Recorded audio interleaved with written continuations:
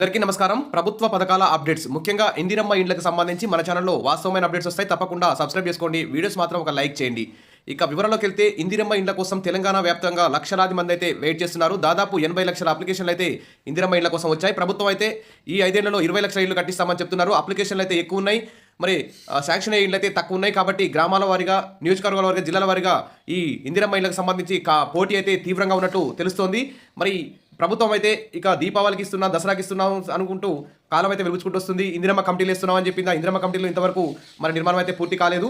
మరి రేషన్ కార్డులు ఇస్తున్నాం, ఫ్యామిలీ డిజిటల్ కార్డు ఇస్తున్నాం అని చెప్పింది. అదేవిధంగా ఇప్పుడు సమగ్ర కుటుంబ సర్వే అని చేస్తున్నాం, మీ ఆస్తులు ఆదాయాలు చెప్పండి అంటూ ఇక్కడ మరి ఒక ఫ్యామిలీ డిజిటల్ కార్డు ఇస్తామని చెప్పేసి దీన్ని అయితే ఇందిరమ్మ ఇళ్ళని అయితే వాయిదా వేసుకుంటూ వస్తుంది. ఫస్ట్ నవంబర్ 6 నుంచి నవంబర్ 20 తేదీ వరకు గ్రామాల వారీగా ఇందిరమ్మ ఇళ్లకు సంబంధించి అర్హుల జాబితాను తయారు చేస్తాం.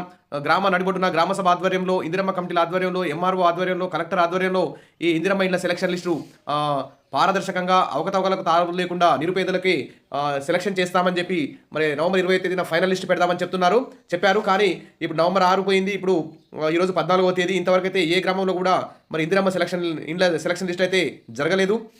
మరి లబ్ధిదారులందరూ కూడా సర్టిఫికేట్స్ అన్ని రెడీ చేసుకొని మరి ఇందిరమ్మ ఇండ్ల కోసం వెయిట్ చేస్తున్నారు.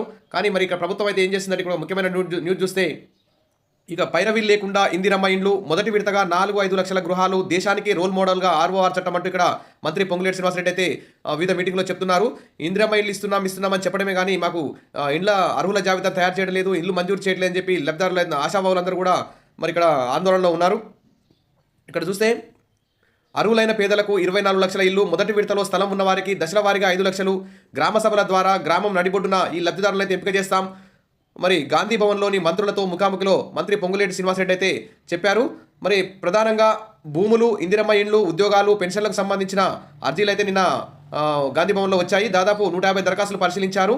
మరి బీఆర్ఎస్ ప్రభుత్వం డబుల్ బెడ్రూమ్ ఇళ్ల నమూనా చూపించి ప్రజలను మోసం చేసిందే తప్ప ఇల్లు కట్టించి ఇవ్వలేదన్నారు. ఇందిరమ్మ ఇళ్లను 400 చదరపు అడుగుల విస్తీర్ణంలో కట్టుకోవాల్సి ఉందని పేర్కొన్నారు.